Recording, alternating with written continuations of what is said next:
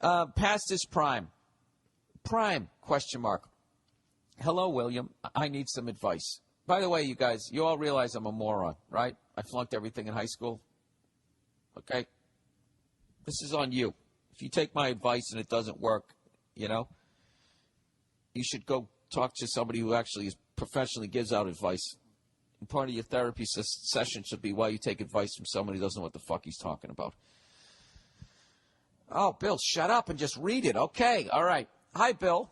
I need some advice. My fiance and I used to have an insane sex life, 2 to 3 times a day, crazy marathon sex sessions. We used to celebrate Sexter Day. What does that mean? What is that, when you reminisce about how much you fucked yesterday? You kids, I don't even know what you're talking about.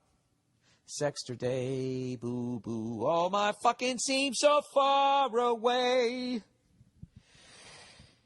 I put it in your ass and not 'cause I'm gay. I just fucked your vag enough fucking times.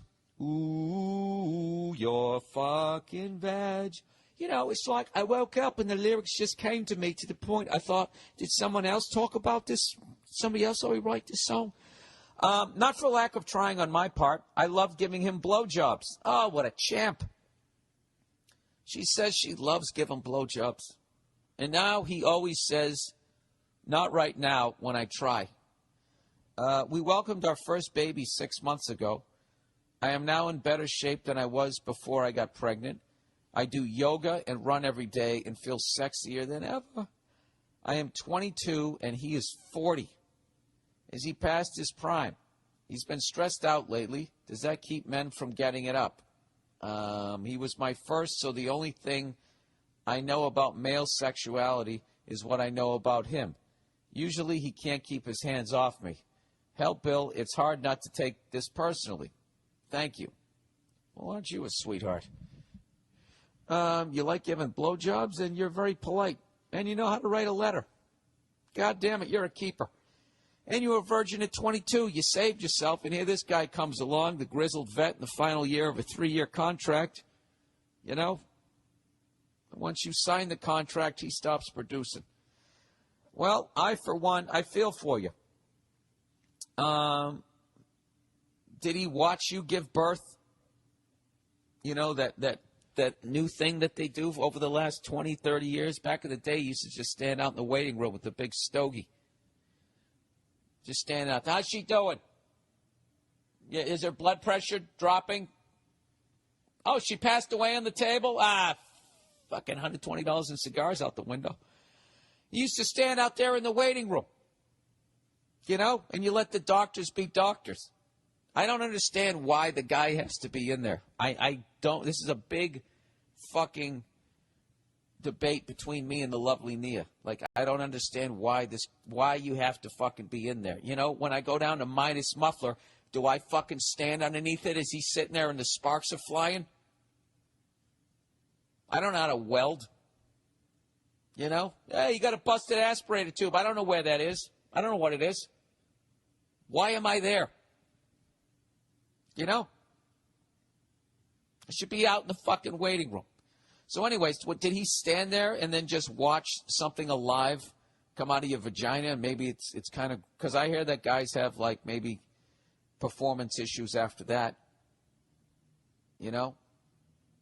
There's a whole bunch of things that could be going on here. So I don't want to put too many. How are you guys doing financially? How is his job security? Does he spend a lot of money? Is the other shoe about ready to drop? Are you one of those couples that I see on those reality shows? Does he wear like a lot of T-shirts or like button-down shirts that have a lot of designs on them? A lot of drawing? Does he fake tan? Is he one of those guys? Because if he's one of those guys, then I would guess that you're actually broke and have been broke for 8 months and he doesn't know how to tell you. But if he's a regular guy, all right, I'm joking around too much about this. This is actually a serious thing. All right, help me, Bill. It's hard not to take this personally. I would bring it up to him. You got to sit down and hopefully He's not a walled-off emotional psycho like most guys. If you bring it up, and hopefully you can bring it up to him without him getting mad. But that's what I would do. I'd bring it up and just be like, hey, you haven't been banging me lately, and I know I'm looking pretty good, and you used to do it all the time. What's the deal?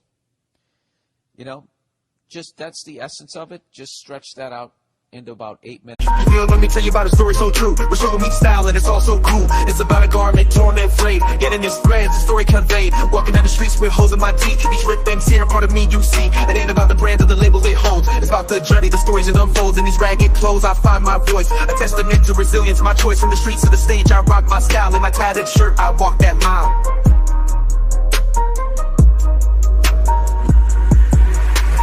Ripped and torn, but still I stand in my ragged attire. I command, it's not just fabric, it's a statement I preach. In my threadbare garment, I find my reach.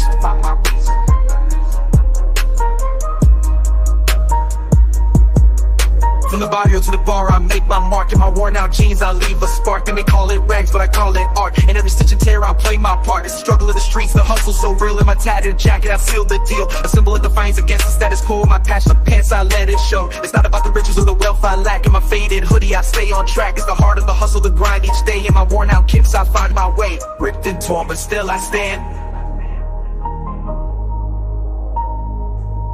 In my ragged attire, I command. It's not just fabric, it's a statement I preach. In my threadbare garment, I find my reach.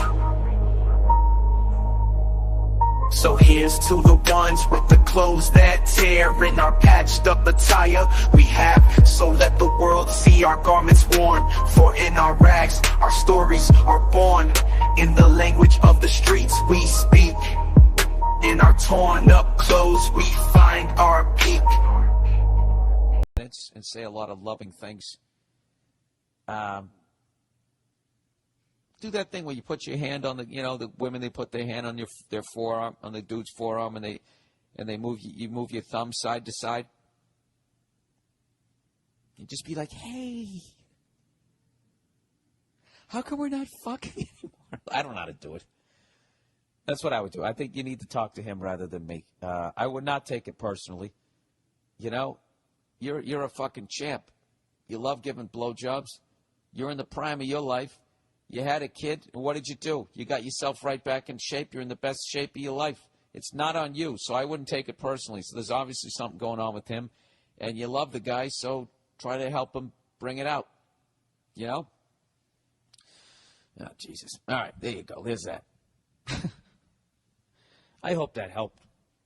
I don't fucking know.